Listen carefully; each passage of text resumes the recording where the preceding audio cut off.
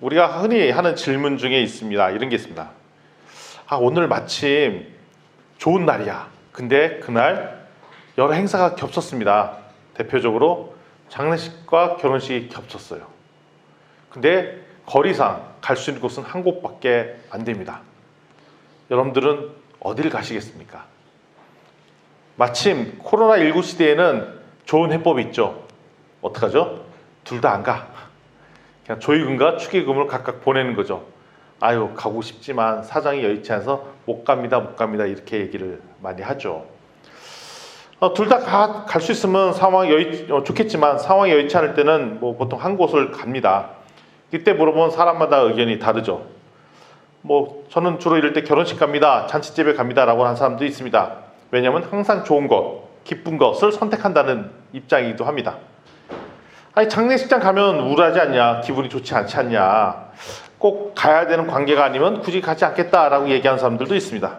하지만 잔치집은 나를 즐겁게 하고 행복하게 하고 기쁜 자리니까 너무 즐겁지 않냐라고 해서 좋아하는 경우들도 있습니다. 최근에 들어서는 결혼식 때 이벤트도 아주 멋있게 많이 하잖아요. 그거 구경하러 가는 것들도 괜찮습니다. 최근에 보는 이벤트들은 드라마를 찍듯이 뮤직비디오 찍듯이 하는 이벤트들도 꽤 많이 있더라고요. 그것을 기대하는 마음들도 있는 것 같아요. 또 어떤 분들한테 물어보면 저는 장례식장 갑니다 라고 얘기를 하고 있습니다. 둘 중에 하나 가라면 잔치집보다는 아픔을 달래주는 장례식장에 간다는 얘기를 하고 있습니다. 왜 그렇습니까? 라고 물어보면 이렇게 얘기를 하죠. 장례식장은 남아있는 유가족을 위로하고 떠나간 사람과 헤어짐이 아쉬워하는 자리이기 때문에 꼭 가봐야 되지만 축하하는 자리는 내가 아니더라도 축하해주는 사람이 많으니 굳이 안 가도 되는 자리면 덜 미안하지 않겠느냐. 근데 장례식장은 그 사람을 위로해줘야 되니 꼭 가야 됩니다 라고 얘기하는 사람도 있습니다. 저는 이 두 가지 입장을 가진 사람들 다 나름대로 일리가 있고 그 나름대로 타당한 근거가 된다는 말씀을 하고 생각이 듭니다. 근데 단순하게 우리 질문, 흔히 일상으로 만나볼 수 있는 질문이죠. 장례식장 갈래요? 결혼식장 갈래요? 이 선택에 관한 질문을 했지만 여기에 대한 답변은 우리가 세상을 바라보는 관점, 가치 기준이 다 들어가 있어요. 더 깊이 들어가 보면 지혜로운 사람과 어리석은 사람이 어떤 생각과 어떤 선택을 하는지도 잘 나타나 있습니다. 오늘 읽었던 성경 구절 1절에는 좋은 이름과 좋은 기름, 그리고 죽는 날과 출생한 날을 비교해서 설명해 놨어요. 좋은 이름, 즉 명성이죠. 명예가 좋은 기름은 부자를 의미하거든요. 그보다 낫고 태어난 것보다 죽는 것이 더 낫다. 이거는 그동안 저희가 전도서 내내 나왔던 구절 중에 하나예요. 반복했던 얘기입니다. 돈처럼 헛된 것도 없고 차라리 세상 사는 것도 헛된 것이 없는데 이왕 헛된 거에 의미를 두지 말고 명예에 더 의미를 두는 게 낫고, 사실 명예도 그렇게 의미 있는 것은 아니지만 돈보다는 훨씬 의미가 있으며, 또 태어나는 것보다 차라리 죽는 게 낫다. 왜냐면 태어나면 그 다음부터 괴로움 시작하고 고생 시작하고 마음의 번민도 있고 그렇기 때문에 차라리 더 죽는 게 낫다라고 얘기를 했었어요. 왜 인생이 다 헛되다라는 얘기를 내내 했었던 이야기입니다. 그러니 날마다 의미 있게 사는 것이 중요하지 미래에 어떤 설계를 거창하게 하는 것들도 별로 의미 없다라는 이야기가 앞서 했던 내용들의 연장선상이라는 말씀입니다.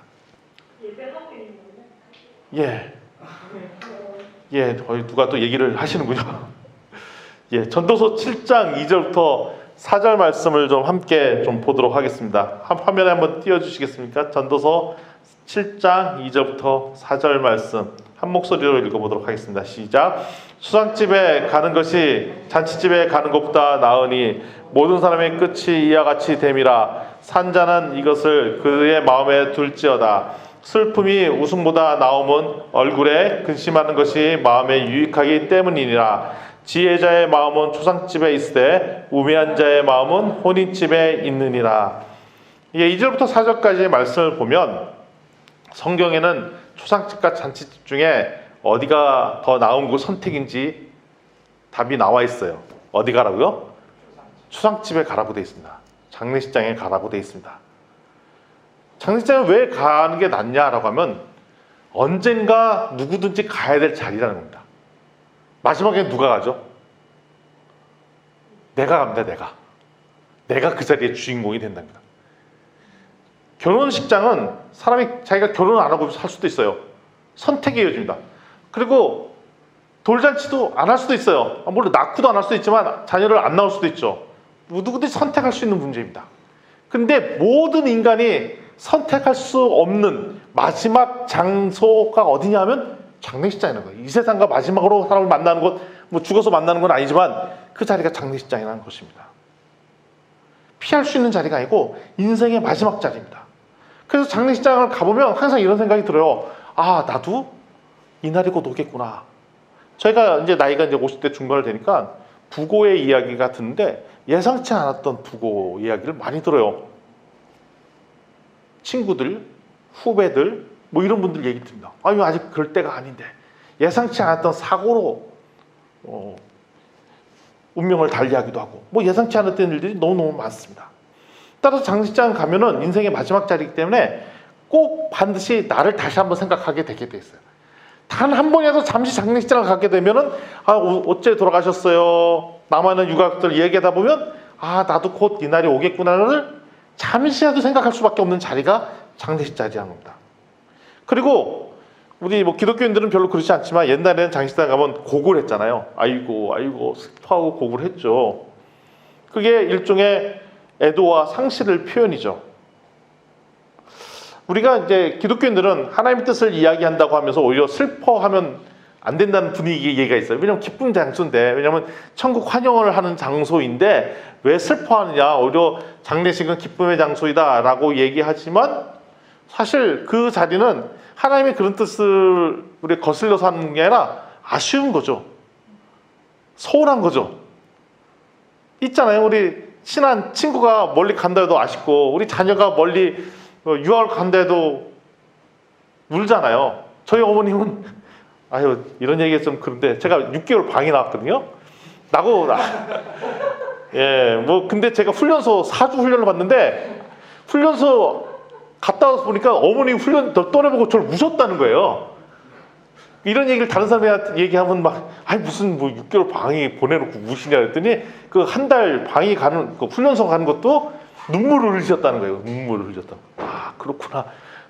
그 한 달 뒤에 만날 거라고 예상이 되는데 그것도 이제 슬퍼서 우시는 판인데, 사람과 그동안 오랫동안 평생을 같이 했던 친구, 동료, 자녀, 부모, 애인 이런 분들이 떠나게 되면 당연히 서운하고 아쉽고 슬픈 건 당연한 겁니다. 그때 장례식장에서 우는 거는 어떻게 보면 사람의 표현인 거예요. 당연한 겁니다. 상실감을 표현한 거예요. 헤어짐과 아쉬움을 슬픔하는 거죠. 한때 우리나라에 미니멀리즘이라고 정리하고 사는 사람들이 유행한 적이 있습니다. 그때 인기 있었던 책 중에 하나가 일본의 곤도 마리에의 정리의 힘이라는 책이 되게 유명했었고, 그 사람이 줬던 다큐멘터리도 되게 유명했었어요. 그래서 저도 그 클립을 좀 본 적이 있는데, 그 집에 있는 물건을 정리하는데 기준이 간단하더라고요. 이 물건을 미니멀리즘으로 살려면 정리해야 되잖아요. 이 물건을 봤을 때 가슴이 뛰고 흥분되면 집에 있어야 될 물건이고, 흥분되지 않으면 떠나보내야 될 물건이에요. 근데 물건을 떠나보낼 때 그냥 떠나보내는 게 아니라 헤어지는 의식을 하더라고요. 헤어지는 의식을 어떻게 하냐면 이 물건을 보면서 그동안 얘가 나랑 같이 겪었던 옛 추억을 회상하면서 그래, 네가 그때 있어서 내가 참 즐거웠었어. 이제는 가야지. 뭐 이런 식의 행사를 한다는 거예요. 알고 보니까 저희가 중고등학교 때, 지금은 그게 있는지 언제 모르지만 그 한글 고문 시간에 조친문이라는 시를 배운 적이 있었어요. 조친문. 연배가 좀 있으신 분들은 저만 연배가 있습니다. 조친문이 뭐냐면 그 바느질 하던 그 조침이 뭐냐면 저게요. 바늘의 바늘을 20년 넘게 썼던 분이 썼는데 똑 부러진 거예요. 그래서 조친문의 글을 보면 뭐냐면 이걸로 만들었던 수많은 그 옷 이런 것들을 회상하면서 네가 이걸로 말미암아 이 옷도 만들고 뭐하고 했지. 근데 이제는 너랑 나랑 헤어지는구나. 이런 것들 구구절절히 쓴 글이 조친문이라는 옛날에 고문이었어요. 고문. 그게 제가 이제 옛날에 국어 고문 시간 때 배웠던 기억이 저만 나요. 여러분들은 지금 안 나요? 예? 고문이 고전문학. 예. 옛날에 고전문학 시간에 그걸 배웠던 기억들이 있어요. 근데 근데 그게 되게 의미가 있는 거예요. 왜냐면 하나의 물건도 내 애정과 사연이 있고 그래서 그를 떠나보내는 작업들을 하는 거예요. 사물며 이런 작은 나의 물건조차도 헤어지는 것을 이별하고 작별하는 그런 아쉬움들이 남고, 우리가 오래된 집을 떠나면 그것도 아쉬움이 셨잖아요. 옛 추억이 담겨지는 우리 집을 떠나고 이것도 되게 아쉬움도 있고 기억도 새록새록하고. 그래서 제가 서울에 사면 석관동이라는 동네가 어렸을 때 살던 동네이기 때문에 그상하게 그 동네만 가면 막 기억이 되살아나면서 어렸을 때 추억이 있고 꼭 다시 살고 싶어도 그 동네 살고 싶고 이런 애정이 있거든요. 근데 아내한테 물어보면 그 비슷한 옆 동네 사는데 별로 그런 애정이 없더라고요. 아마 어렸을 때 힘들었는지 잘 모르겠지만 그런 기억인데 저는 뭐 그 동네에 대한 애정이 있고 막 그래. 다시 가도 그 동네에 살고 싶고 이런 마음들이 있어요. 사람이 살았던 지역, 물건 이런 것조차도 애정이 있고 사랑이 있는데 사람을 떠내보내는 것만큼 아쉬움과 슬픔과 애도함이 없을 수가 없죠. 따라서 우리 기독교인은 아까 말씀드렸듯이 장례식장 가면 슬퍼하면 안 된다. 그거는 좀 틀린 말인 것 같아요. 왜냐하면 물론 우리에게 천국 가는 기쁨의 날이기 때문에 기쁜 날은 맞습니다. 물론 말이에요. 근데 천국 가면 기쁨의 가정의 이전에 우리에게 헤어짐이 있습니다. 아쉬움과 슬픔이 있는 날이기 때문에 그렇습니다. 천국 가는 기쁨 이전에 헤어짐과 아픔과 슬픔을 통해서 마음에 슬픔이 가득할 때 터져나온 구원의 기쁨이기 때문에 기쁜 거예요. 가장 절망 속에 있는 절망 끝에 나오는 이분이 결국 가야 될 곳이 하나님과 함께하는 기쁨의 장소구나 때문에 기쁜 것이지 그 과정의 슬픔과 절망이 사라지고 갑자기 기쁨이 나타나는 게 아니라는 겁니다. 예수님의 삶을 보면 딱 그래요. 예수님이 십자가에 못 박혀 돌아가셨을 때 그때 함께 있던 사람들은 엄청난 슬픔과 좌절이 가득했어요. 살아있던 마리아는 너무너무 슬퍼했어요. 예수 그리스도의 죽음을. 그리고 그 예수 그리스도를 추종했던 수많은 사람들이 우왕좌왕하고 그 다음에 심지어는 그걸 죽인 자에 대한 분노와 그게 가득했어요. 그 자리에 슬픔과 분노함이 있었어요. 그리고 12 제자들은 내가 어떻게 해야 되지? 앞으로 어떻게 살아야지? 우왕좌왕. 내가 다시 옛날로 돌아가야 되나 보다. 그러고 옛 그 직업으로 다시 복귀한 친구들 있어요. 그러니까 장례식장 자리에는 어떤 자리냐면 슬픔도 있는 자리고 분노함도 있는 자리고, 그리고 더 나가서 이제 앞으로 내가 어떻게 살아야 되지? 좌절, 황망함 뭐 이런 것도 있는 자리예요. 근데 우리 보는 장례식장에 그런 자리가 많아요. 갑자기 젊으신 가장이 돌아가시고 이 남겨진 자식들은 어떻게 살고, 그러니까 그 자리에는 절망과 좌절과 슬픔과 황망함이 가득한 곳이 바로 장례식장이에요. 그래서 이 슬픔을 잊으라는 것은 잊혀질 수 없는데 그냥 달래려고 하는 말인 거죠. 이걸 생략해서는 안 됩니다. 오히려 장례식장은 철저히 슬픔과 좌절이 있는 곳이에요. 그래서 장례식장 가보면 우리는 무슨 생각이 되냐? 그 사람의 상황 이야기를 들으면서 우리 자신의 건강을 다시 한번 생각하게 되고요. 우리의 자녀의 관계를 다시 한번 생각하게 하고요.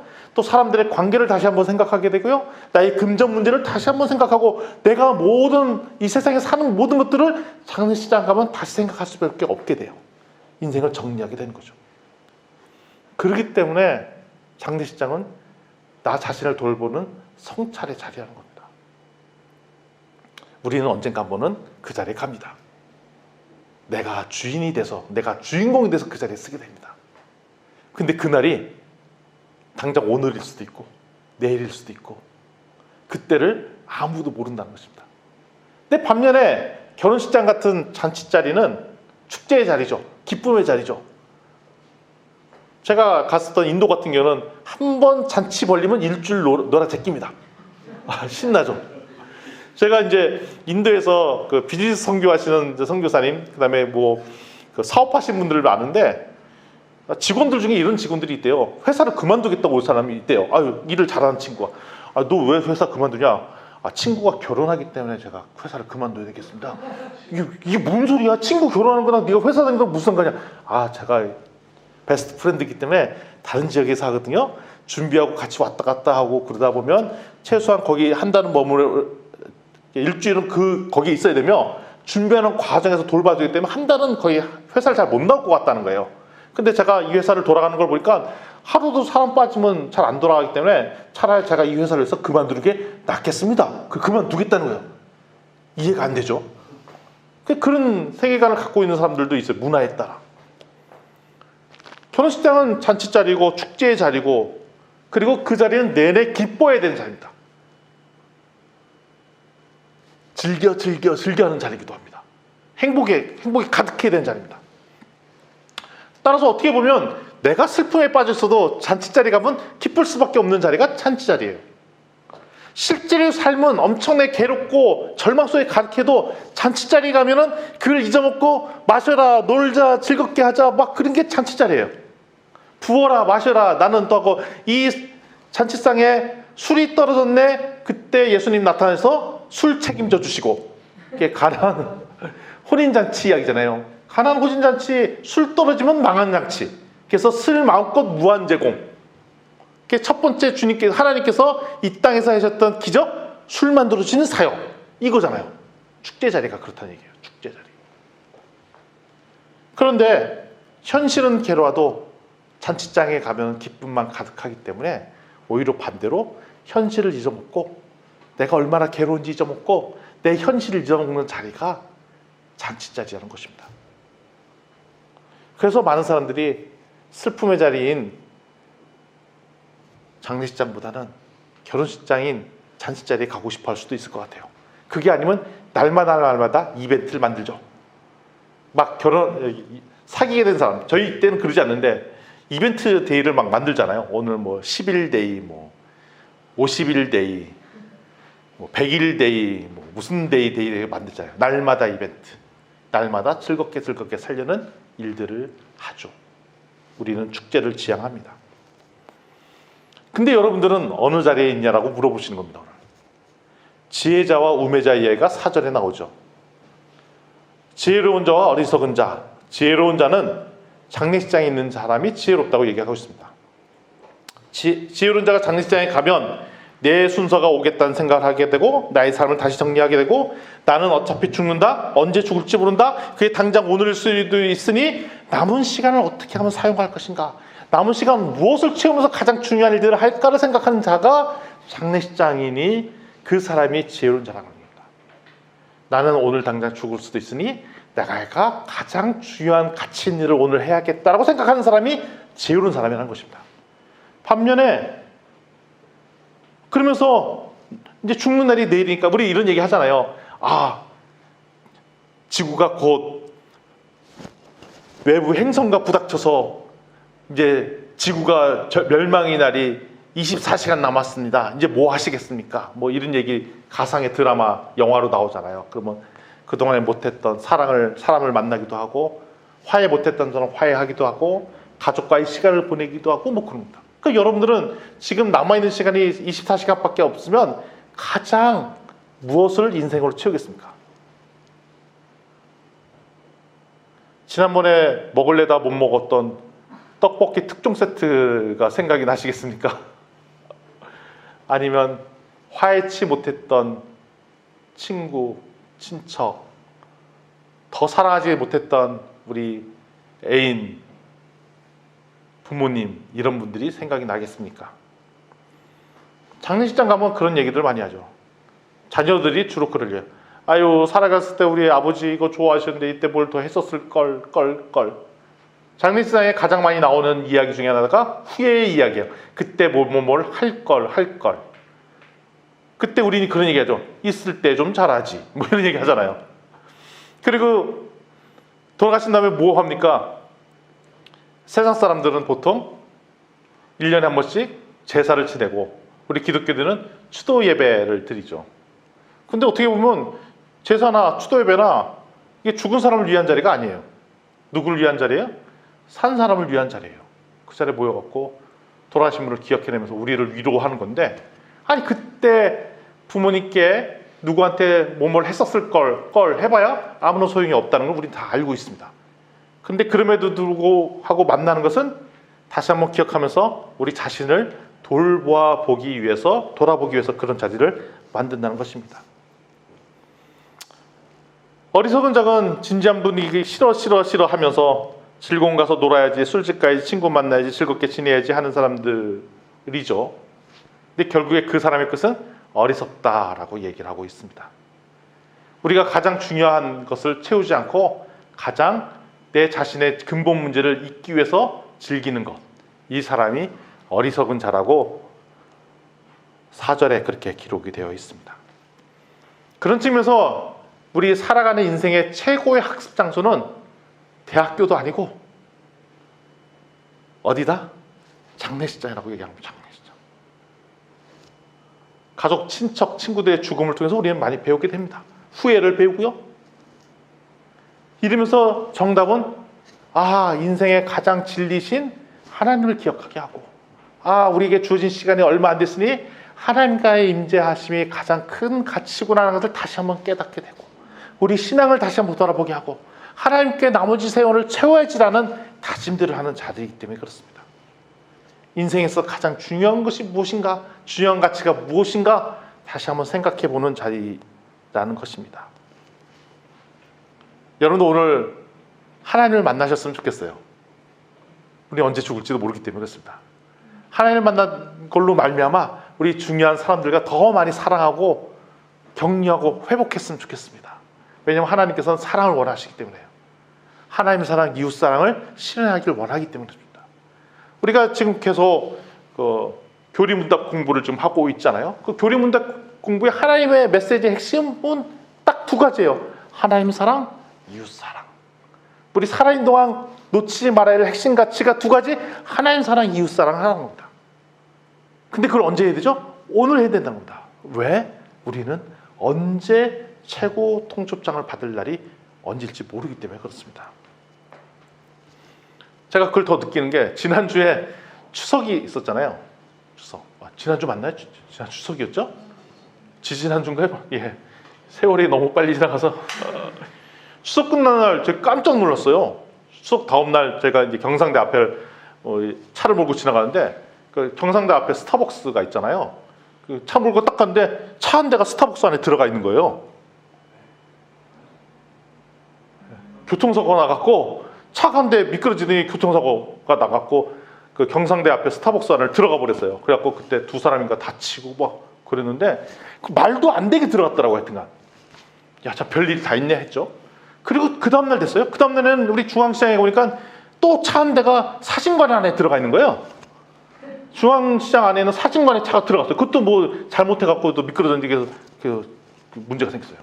그리고 그 다음날 진주의 한 의사 선생님이 고속도로에서 교통정리 이렇게 도와주시다가 환자 이렇게 돌보다가 그 선생님이 돌아가셨잖아요.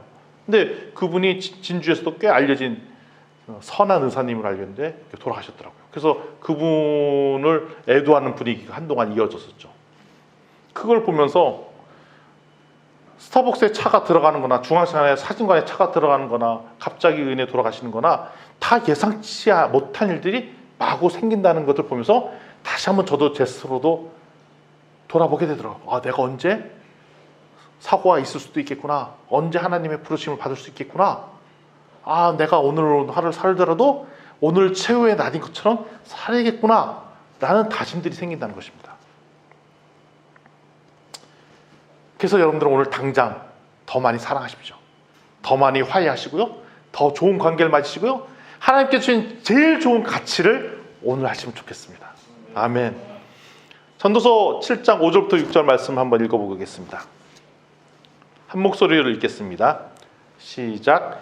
지혜로운 사람의 책망을 듣는 것이 우매한 자들의 노래를 듣는 것보다 나으니라. 우매한 자들의 웃음소리는 소울 밑에서 가시나무가 타는 소리 같으니 이것도 헛되니라.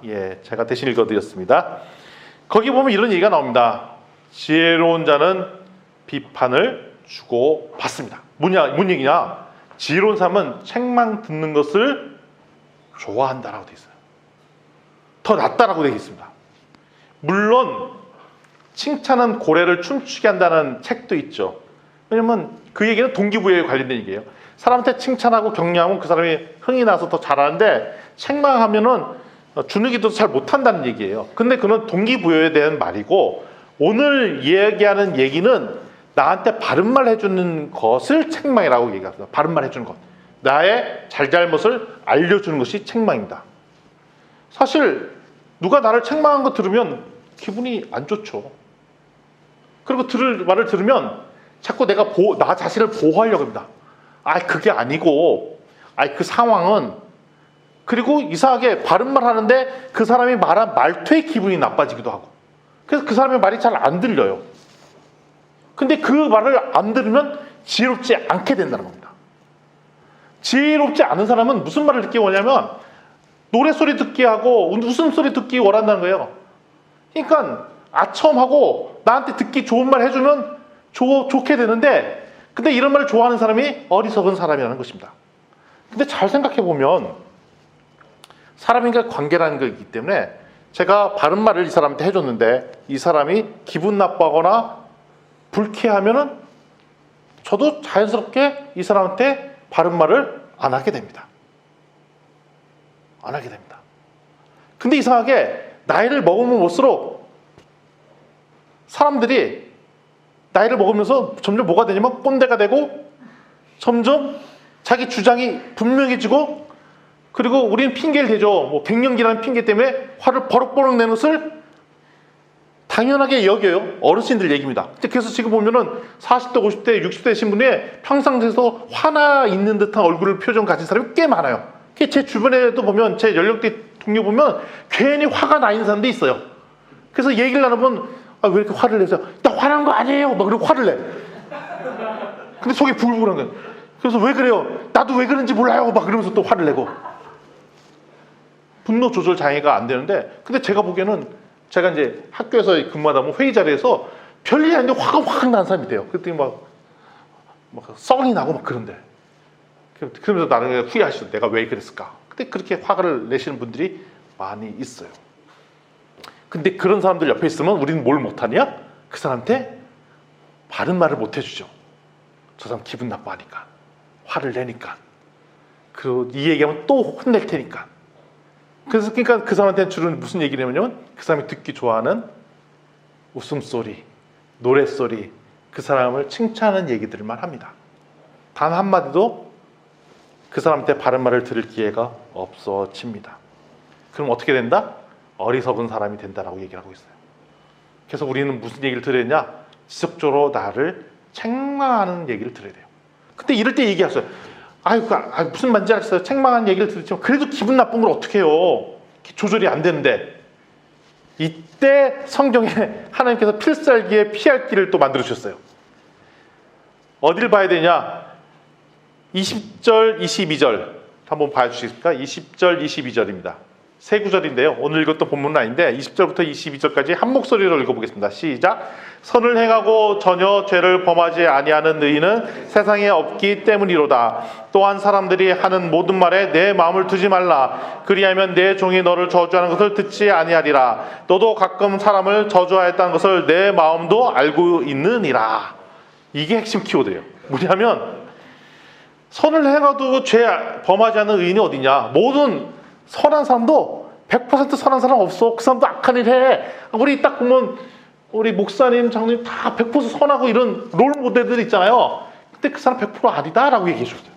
여러분들 존경하는 모든 인간들은 아무리 좋은 의인조차도 100% 의인 없다라고 얘기해요. 그 사람 다 악인이라고 얘기합니다. 그래서 그 사람이 하는 말 중에 다 100% 맞을 거 아니라는 겁니다. 그러면서 하는 얘기가 이거냐면, 그래서 따라서 100% 의인처럼 보이는 사람은 조언도 100% 맞지는 않다는 얘기하는 거예요. 따라서 나를 책망하는 사람들이 하는 얘기를 100% 마음에 두지 마세요. 그 사람이 하는 말을 듣고 내가 취할 건 취하고 아닌 것은 버리면 된다는 얘기를 하고 계신 겁니다. 그러면서 이 얘기하죠. 너에게 충성스러운 종조차도 너 있을 때는 칭찬하고 축복의 말을 빌고 이런 종조차도 너 없을 때는 너 뒷담화할 걸이라고 성경에 기록되어 있어요. 나의 험담을 하는 것이 세상 순리하는 겁니다. 아무리 나를 충복스러운 종조차도 내가 없는 데는 욕할 거라는 겁니다. 그래서 반면에 또 이런 얘기하죠. 너도 그랬잖아. 이 얘기하면 너도 의인이라고 했지만 사람 저주했잖아. 너도 뒷담화 했잖아. 너도 저 사람에 대한 안 좋은 평 얘기했잖아. 근데 그게 모든 사람이 그랬다는 겁니다. 그래서 어떻게 보면은 우리에게 주는 비판 듣는 거 두려워하지 마시고, 또 남들을 비판하는 것 과감하게 하셔야 됩니다. 단 상처를 주지 않도록 해야 되고, 이때 주고받을 때 너무 마음의 상처를 받거나 너무 마음에 두거나 이러지 말라고 하십시오. 그 자리에 가서 그 말을 듣고 내가 더 나 자신을 돌아보게 되고, 이러면서 내가 할 수 없기 때문에 하나님을 더 의지하게 됐으면 그걸로 말미암아 나를 지혜롭게 한 좋은 도구가 되었다는 것입니다. 남들에 대해서 책망하고 비판하는 것은 좋은 거죠. 어떻게 보면 대한민국 조선의 역사 뭐 이런 걸 보면은 상소문 올리고 노론소론 다투고 막 이러잖아요. 그게 어떻게 보면 되게 건강하게 하는 비판 문화일 수도 있어요. 단 뭐가 문제냐? 그러다가 사람까지 죽이게 하는 것까지는 문제가 있지만, 건강하게 사는 사람에 더 비판하고 이런 것은 나쁜 게 아니라는 얘기를 하고 있습니다. 7절, 10절 읽어보도록 하겠습니다. 시작. 탐욕이 지혜자를 우매하게 하고 뇌물이 사람의 명찰을 망하게 하느니라. 일의 끝이 시작보다 낫고 참는 마음이 교만한 마음보다 나으니 급한 마음으로 노를 바라지 말라. 노는 우매한 자들의 품에 머무름이니라. 옛날이 오늘보다 나은 것이 어찌미냐 하지 말고 이렇게 묻는 것은 지혜가 아니니라. 따라서 지혜자가 조심해야 될 까지 4가지를 얘기해 주고 있습니다. 4가지는 뭐냐? 7절에 탐욕 조심하고, 그 다음에 8절에 조급하게 뭔가 끝내려고 하는 것, 인내하지 못한 것, 이거 조심해야 되고, 그 다음에 9절에 분노, 화내는 것 조심해야 되고, 10절에 나 때는 말이야, 그리고 옛날을 추억하며 사는 이런 거 조심하라는 것입니다. 이 4가지 조심하라는 4가지. 성경에 나 때는 말이야라고 기록이 되어 있지는 않지만, 먼저 7절 탐욕 조심해야 됩니다. 탐욕은 뭐냐면, 탐욕이라는 것은 내 노력보다 더 빠르게 더 많은 걸 얻어가려고 하고, 그 중간에 보면 무슨 말이 나오냐면 뇌물이라는 얘기입니다. 뇌물은 뭐냐면 원래 정상적으로 돌아야 될 순리적인 일을 돈을 써서 더 빠르게 해치우려고 하는 거잖아요. 다시 얘기하면 돈으로 문제를 해결하려고 하는 행위가 너를 망치게 한다는 겁니다. 최근에 그 성남의 모 땅 투기 개발 이것 때문에 문제가 되죠. 그 전에 퇴직금으로 50억을 받았니 말았니 뭐 이런 얘기가 막 왔다 갔다 하고 있어요. 근데 공통점이 있습니다. 정상적인 것 이외 이상의 돈들을 뇌물성으로 받으면 아무리 지혜로운 자도 바보가 됩니다. 어리석은 자입니다. 그러면 그 사람의 말로는 비참하게 가 있을 수밖에 없어요.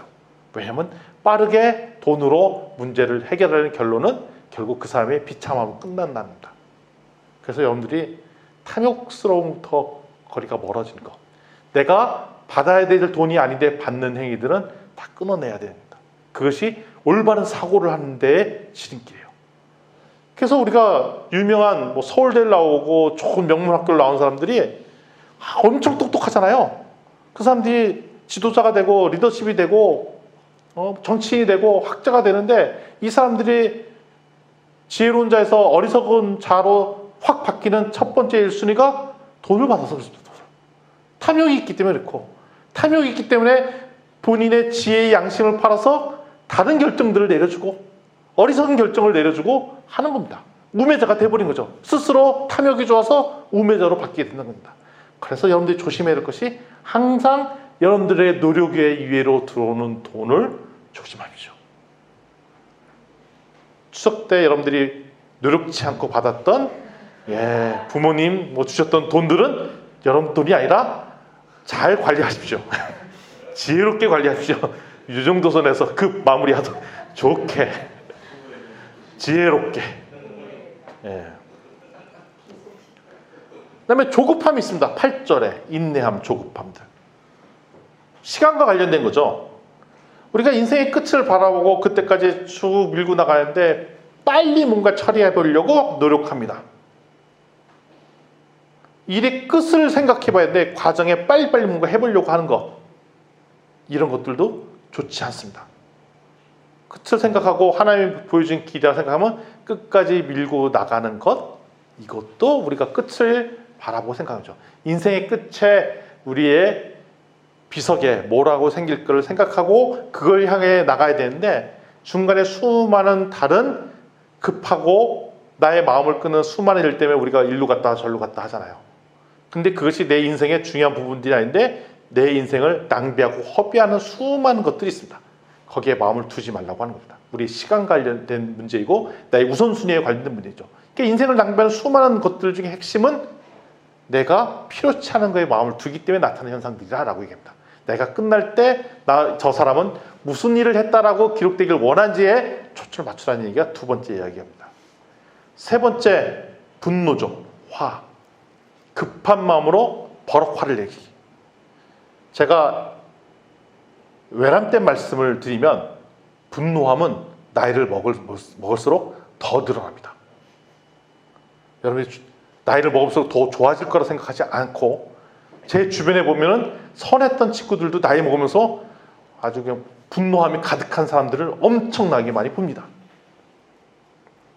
버럭 화내기. 화를 다스리지 못하는 여러분들이 아무것도 얻지 못한다고 돼 있고, 마음에 분노함이 있다면 이것도 어리석은 사람으로 바뀌는 순간이 되는 거죠. 그러면 주변 사람들이 바른 말을 못해요. 내가 분노함이 가득하면. 나이가 먹을수록 분노가 조절 않기 때문에 많은 사람들이 잊어먹게 되고, 나이가 듣고 싶은 말만 듣게 돼서 잘못된 우매한 결정들을 내리게 된다는 것입니다. 그러니까 여러분들이 젊었을 때부터 분노함들을 조절하는 것, 통제하는 것, 다른 사람이 맞은 말을 할 거라는 생각을 하는 것, 이런 것들의 연습들이 지금부터 필요한 거죠. 그리고 마지막에 이겁니다. 향수, 옛 기억들을 추억하는 것. 옛날이 좋았어. 전에는 말이야, 라떼는 말이야, 이런 얘기합니다. 저도 그런 얘기 하고 싶어요. 왜냐하면 저희 대학부 때 진짜 좋았거든요. 교회 대학부 매일 모여서 예배드리고 놀고 막 그랬거든요. 떡볶이 먹으러 가고 막. 그래서 그때 받은 선물이 저희 아내고 뭐 이런 거잖아요. 그 레퍼토리가 있어요. 그때 진짜 우리 동기들끼리 엄청나게 자주 모임했어요. 근데 요즘 애들은 왜 이렇게 우리 청년 대학부 다음 세대 모임이 없는 거야? 막 우리 알아서들 다 모이는데 요즘 애들은 말이야, 이 참 문제가 많아. 우리 라떼는 말이야 모여서도 인생을 얘기하고 우리 나라를 걱정하고 기도하고 그랬는데 요즘 애들은 하면 된다 안 된다? 그러면 안 된다라고 되어 있어요. 왜 그러냐면 하나님께서 그때도 하나님 계셨고 지금 동일하게 하나님 계시면 지금 이런 상황을 허용하신 것도 하나님이시라는 겁니다.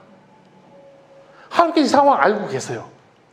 그러니까 지금 가장 내 인생에 있어 암흑길 걷고 비참한 시기를 겪고 있으면 하나님께서 그 상황을 알고 너한테 가장 필요한 것은 이런 비참함과 어둠을 경험케 한 것이 필요하니까 이걸 허용하신 거예요.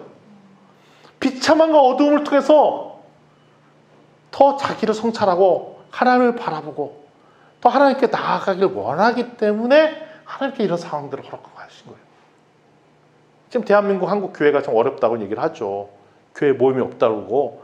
되게 비대면 이후에 그러니까 대예배는 그 20% 그 율에 맞춰서 예배 드리는 데가 많지만 중고등부는 아직 예배를 안 드리는 교회가 꽤 있더라고요. 유튜브로 하고. 그러니까 유튜브에 한 몇십 명씩 모이던 교회가 뭐 별로 안 모이고 이런 교회가 비일비재하더라고요. 그래서 걱정하시는 분들 꽤 많아요. 그러면서 얘기하죠. 우리 때는 말이야 뭐 이러면서 요즘 애들은 막 얘기하는데 하나님께서 왜 지금 같은 상황 때 이런 상황을 허용하셨는가? 다시 한번 생각해 볼 계기라는 것입니다. 그래서 제가 동문회 가는 걸 싫어합니다. 동문회 가보면 옛 기억을 또 회살려서 옛날에 말이지. 우리 초등학교 동문들 보면 옛날에 석관 초등학교 때 그 앞길 그 구멍가게 이야기하고 또 진주에서 우리 대학 동문회가 있거든요. 근데 대학 동문회면 옛날 어르신들 은퇴하신 어르신들 만나고 또 60년대 70년대 그 옛날 이야기를 모임할 때마다 제가 그 얘기를 만날 때마다 들었으니까 뭐 한 20-30번도 더 들은 얘기를 또 하셔. 단 한 번도 미래에 대한 계획과 장기의 우리 희망에 대한 얘기를 안 하시고 동문회 장소에 가면 우리 공감대가 할 수 있는 것이 없으니까 옛날 얘기를 그냥 파먹고 살아요. 재미없죠. 왜냐면 과거 얘기만 하니까. 절대로 옛날 것을 회상하면서 회상하면서 옛날 추억을 한번 얘기하는 것은 좋아요. 그건 되게 의미가 있죠. 그렇지만 그것만 파먹고 있는 것은 지혜롭지 않다는 겁니다. 우리는 항상 미래를 생각하고 나아갈 바를 생각하고 비전을 생각하고 이런 걸 해야 된다는 겁니다. 과거에 이런 것들, 과거에 매여 있는 삶, 이것도 어리석은 사람이라는 것입니다. 경계들까지 4가지 얘기 드렸어요. 뭐죠? 탐욕, 조급함, 분노, 라떼는 말이야 과거주의. 이것이 현실을 도피하기 위한 4가지예요. 탐욕은 뭔가 돈으로 해결해 보려고 해, 이 상황들을. 조급함은 빨리 결판 보려고 그래. 하나님의 때는 다 준비되어 있는데 내가 뭔가 다 해보려고 그래. 이 조급함. 네, 분노. 이 분노가 왜 생긴지 아세요? 지금 상황이 마음에 안 든다는 거예요. 근데 지금 상황도 하나님께서 허락하셨는데, 하나님께서 인정한 상황인데 괜히 자꾸 화내. 이것도 올바른 태도 아니라는 거죠. 그리고 4번째, 그렇다고 과거에 안주하는 태도. 이것이 우리가 버려야 할 태도라는 겁니다. 이거에 묶여 있으면 그게 어리석은 사람이 된다는 것입니다. 우리 좌우지들에게 권면하겠습니다. 탐욕하게 살지 맙시다. 돈을 좋아하지 맙시다. 너무 조급하게 살지 맙시다. 화내며 살지 맙시다. 예. 날마다 오늘 우리는 장례식장에 있다는 마음으로 살았으면 좋겠습니다. 날마다 겸손하게 하나님께서 이 장례식장을 통해서 우리에게 엄청난 좌절과 슬픔을 주셨지만 결국 그거에 대한 진정한 위로는 오직 예수 그리스도 이외에는 아무것도 없다는 유일한 기쁨, 희망, 이걸 좀 바라봤으면 좋겠습니다. 우리 요즘 살다가 너무 살기 힘드신 분들 계실 거예요. 좌절함이 있으신 분들이 있고 안 된 일이 가득하고 분노함이 가득하신 분들이 있으면 좋겠습니다. 있는 분들 계신 걸로 알고 있어요. 이런 분들은 자기 상황을 그대로 인정했으면 좋겠습니다. 이걸 피하려고 억지로 기쁨의 자리에 가지 마세요. 일부러 회피하지 마세요. 하나님께서 그 상황을 허용하셨어요. 근데 그 상황을 허용하신 이유가 하나님께서 그 상황을 뚫고 일어나기를 원하시기 때문에, 그거의 회피가 네가 스스로 만들 수 있는 분노함, 돈, 조급함을 해결할 수 있는 것이 아니라 오직 예수 그리스도만이 그 문제를 해결할 수 있기 때문에 오늘 그런 상황을 허용하셨다는 것을 다시 한번 바라봤으면 좋겠어요. 여러분들이 갑자기 재벌의 아들이 된다고, 딸이 된다고 이 문제가 해결되는 것도 아니고, 내가 갑자기 이 한국 땅이 아니라 외국으로 도피해서 한다고 이 문제가 해결되는 것이 아니라 2021년도 진주 땅에 여러분들 오늘 이 자리에서 예배 드리게 한 뜻은 하나님의 계획 속에 있다는 것을 다시 한번 깨닫고, 이 불합리하고 답답한 현실도 주신 것도 하나님인 걸 인정하고 하나님께서 왜 나를 이런 상황을 놓으셨느냐는 기대하는 마음으로 나아가는 우리 비전교회 성도들 되었으면 좋겠습니다. 아멘.